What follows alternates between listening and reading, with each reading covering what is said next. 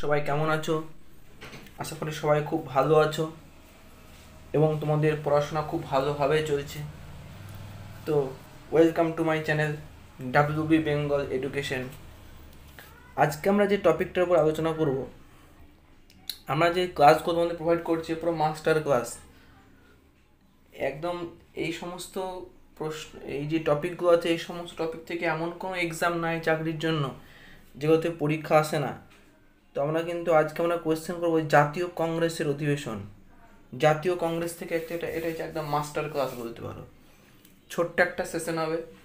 ছোট্ট একটা সেশনের মধ্যে আমরা দেখব যে জাতীয় কংগ্রেসের যে বেশ কিছু অধিবেশন হয়েছিল এবং এই সমস্ত অধিবেশনগুলোতে কে সভাপতিত্ব করেছিল, আমাদের কিন্তু কোয়েশ্চেন প্রাইস থাকে। চলো শুরু করছি আজকের ক্লাস, শুরু করা যাক। প্রথম যেটা আসবো, যে জাতীয় কংগ্রেসের যে 1885 সালের অধিবেশন। এই অধিবেশনটা হয়েছিল বোম্বেতে, বোম্বেতে। Sorry friends. তো এই অধিবেশনে যে সভাপতি ছিলেন তিনি হচ্ছেন উমেশচন্দ্র বন্দ্যোপাধ্যায়, তিনি ছিলেন প্রেসিডেন্ট। এটা বোম্বেতে হয়েছিল। নেক্সট 1886 সালের অধিবেশন 1886, এটা হয়েছিল কলকাতায় হয়েছিল। এর প্রেসিডেন্ট ছিলেন দাদাভাই নওরোজি। ফার্স্ট টাইম এটা কিন্তু 1886 প্রথমবার এটা কলকাতায় হলো। থার্ড টাইম হচ্ছে 1887 সাল, এটা মাদ্রাজে হয়েছিল।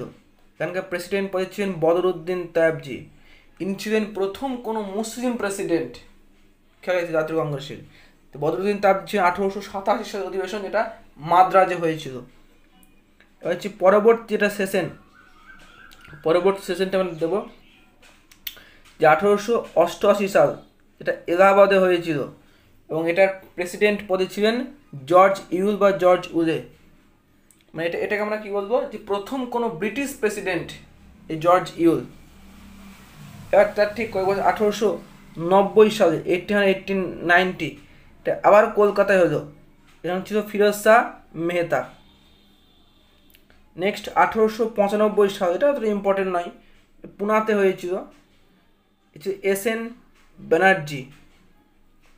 নেক্সট 1905 বেনারসে হয়েছিল, এটা প্রেসিডেন্ট ছিলেন গোপাল কৃষ্ণ গোখলে। এই গোপাল কৃষ্ণ গোখলে ছিলেন গান্ধীজির রাজনৈতিক গুরু। খেয়াল রেখো, অনেকটা আমরা কিন্তু পরীক্ষায় কোয়েশ্চেন দিয়ে থাকে। পরবর্তী যেটা আমাদের যাবো সেটা হচ্ছে 1907 অ্যান্ড 1908, পরপর 2 বছর, একটা 1907 সাল, একটা 1908 সাল। 7 সালটা হয়েছিল সুরাটে হয়েছিল, 1908 হয়েছিল মাদ্রাজে, এবং দুটোরই প্রেসিডেন্ট পদে ছিলেন রাসবিহারী ঘোষ। 1916 সাল এটা লখনৌতে হয়েছিল, লখনৌ অধিবেশন জাতীয় কংগ্রেসের, এ ছিল এস.সি. মজুমদার। নেক্সট 1917, খুব গুরুত্বপূর্ণ, ভেরি ভেরি ইম্পর্টেন্ট, স্টাডি রাখো। 1917 একদম ভেরি গুরুত্বপূর্ণ একটা সেশন। 1917 সালের অধিবেশন। এখানকার প্রেসিডেন্ট পদে, এটা কলকাতাতে হয়েছিল, এটা প্রেসিডেন্ট পদে ছিলেন অ্যানি বেসান্ট। প্রথম কোনো মহিলা, জাতীয় কংগ্রেসের প্রথম মহিলা প্রেসিডেন্ট কে ছিলেন? অ্যানি বেসান্ট, প্রথম মহিলা, তিনি হয়েছিলেন কলকাতাতে। এবার পরবর্তীতে আমরা আসবো 1920, এটা কলকাতাতে আবার হয়েছিল, এটা প্রেসিডেন্ট পদে ছিল LL. Roy, Lala Lajpat Rai. 1921 and 22, মানে 1921 সাল, 1922 সাল। 1921-এ এটা হয়েছিল আহমেদাবাদে হয়েছিল, আর 1922টা হয়েছিল গয়াতে। এটা ছিল প্রেসিডেন্ট পদে ছিল দেশবন্ধু চিত্তরঞ্জন দাস। নেক্সট খুব ইম্পর্টেন্ট একটা সাল 1924 সাল, এটা বেলগাঁও অধিবেশন, মহাত্মা গান্ধী। এটা হচ্ছে মহাত্মা গান্ধীর প্রথম অধিবেশন এবং শেষ অধিবেশন। এরপরে কিন্তু মহাত্মা গান্ধী তিনি জাতীয় কংগ্রেসে একটাও কিন্তু প্রেসিডেন্ট হননি। তাই একটা প্রশ্ন কিন্তু এসে থাকে যে মহাত্মা গান্ধী জাতীয় কংগ্রেসের কোন অধিবেশনে প্রথমবার এবং শেষবারের জন্য তিনি সভাপতিত্ব করেছিলেন?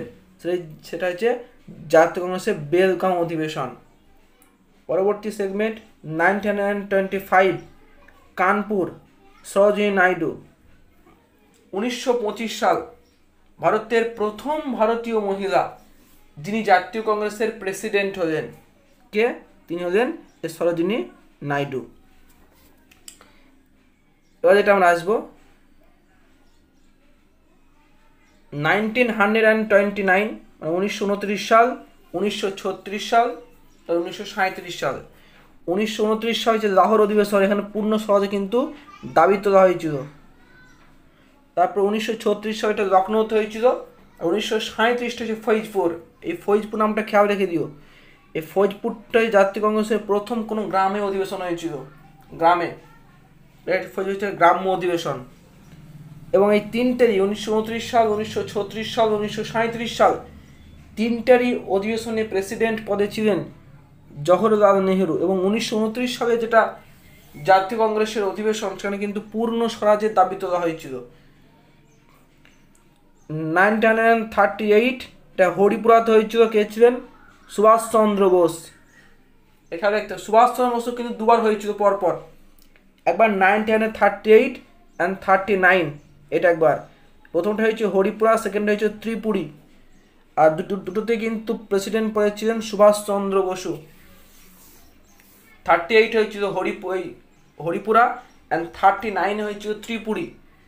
এই ত্রিপুরী যে অধিবেশন, এই অধিবেশনে সুভাষচন্দ্র বসু গান্ধীজি মনোনীত প্রার্থী নাম হচ্ছে পট্টবি সীতারামাইয়াকে তিনি কিন্তু বিপুল ভোটে পরাস্ত করেছিলেন। পরবর্তী দেখব 1934 মানে 1934 সাল এবং 1935 সাল, পরপর 2 বছর। আবার কিন্তু বোম্বে অধিবেশন। কে ছিল? ডক্টর রাজেন্দ্র প্রসাদ। 1947 সাল দিল্লি অধিবেশন, জে.বি. কৃপালিনী। মানে ভারতবর্ষ কিন্তু স্বাধীন হয়ে গিয়েছে 1947 সাল।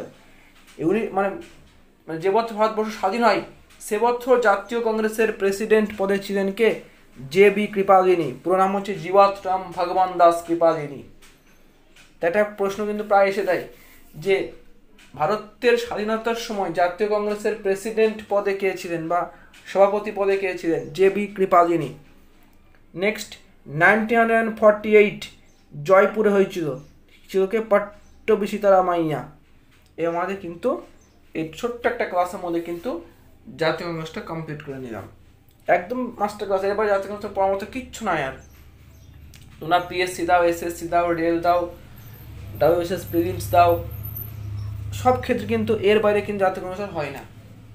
এখানে একটাই যেটা তোমাদের বলতে ভুলে গেলাম, সেটা হচ্ছে জাতীয় কংগ্রেস যখন প্রতিষ্ঠা করা হয় তখন যিনি ভারতের গভর্নর জেনারেল বা ভাইসরয় পদে ছিলেন তিনি হচ্ছেন লর্ড ডাফরিন। এটা আমি খেয়াল রেখে দিও, লর্ড ডাফরিন। মানে লর্ড ডাফরিনের সময়কালে জাতীয় কংগ্রেস প্রতিষ্ঠা করা হয়েছিল। চলো আজকে আমাদের ভিডিও এখানে রাখছি। আশা করি ভিডিও তোমাদের পড়তে ভালো লেগেছে।